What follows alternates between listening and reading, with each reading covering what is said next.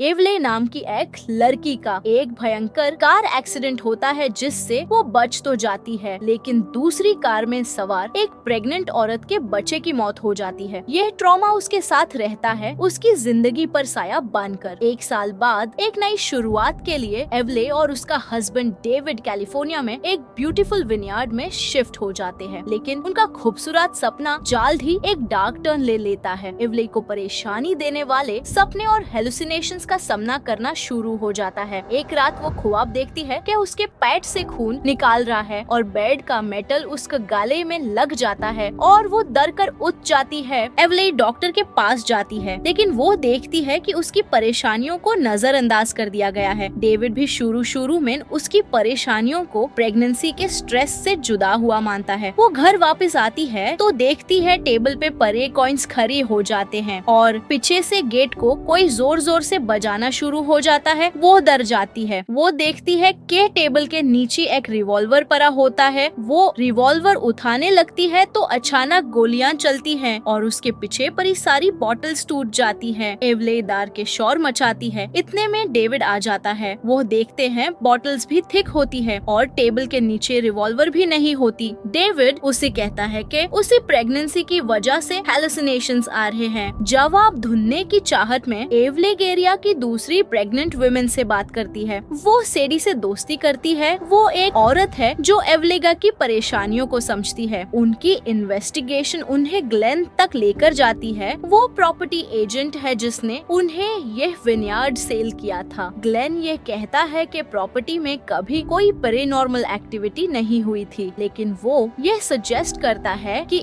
एवलेक पहले के owners porter family के बारे में जांच करे। एक रात डेविड एवलेक के करीब आता है तो उससे होडी पहना एक आदमी नजर आता है। वो डर कर रूम से बाहर आती है तो उसे ये फील होता है कि डमी उसे मारने आ रही है। वो जोर से चीखती है तो डेविड उसे आकर रिलैक्स कर देता है। ये सब उसकी हेलुसिनेशंस थी। अगले दिन एवले घर के ओल्ड ओनर से कांटेक्ट करती है तो वो उसे हेलिना नाम की औरत से कांटेक्ट करने को कहता है। एवले हेलिना को अपने घर बुलाती है। वो उसका घर चेक करती है तो पूल में इन दोनों को लाश नजर आती है और फिर गायब हो जाती है। हेलिना एवले को घर के अंदर ले आती है और बताती है कि इस घर में कोई इविल पावर है। एवले किचन में वाइन लेने जाती है तो अचानक उसे आवाज आती है। वो देखती है दीवार पर खून के हाथों के निशान होते हैं और हेलिना को हार्ट अटैक आता है और वो मर जाती है। मरने से पहले हेलिना एवले को कहती है कि जो तुम सोच रही हो यहाँ ऐसा कुछ नहीं है, ये सब तुम ही हो। एवले को कुछ समझ नहीं आता। वो परेशान हो जाती है। अगले दिन जब एवले घर आती है तो वो देखती है कि घर में एक डॉक्टर और एक साइकियाट्रिस्ट आई हुई थी जिन्हें डेविड ने ही बुलाया था। वो देखती है कि साइकियाट्रिस्ट टेबल पर पड़े कॉइन्स को वैसे ही खड़ा करती है जैसे उसे हेलुसिनेशंस आती थी। अचानक दरवाजा नॉक होता है। डेविड दरवाजा खोलता है तो दरवाजे पे वो ही होड़ी वाला इंसान होता है जो उससे बार बार हेलुसिनेशंस में नजर आता था और ये कोई और नहीं उसकी दोस्त सेडी होती है। सेडी अपने हस्बैंड के साथ अंदर आती है। उस हाथ में वो ही रिवॉल्वर होता है जिसे एवले ने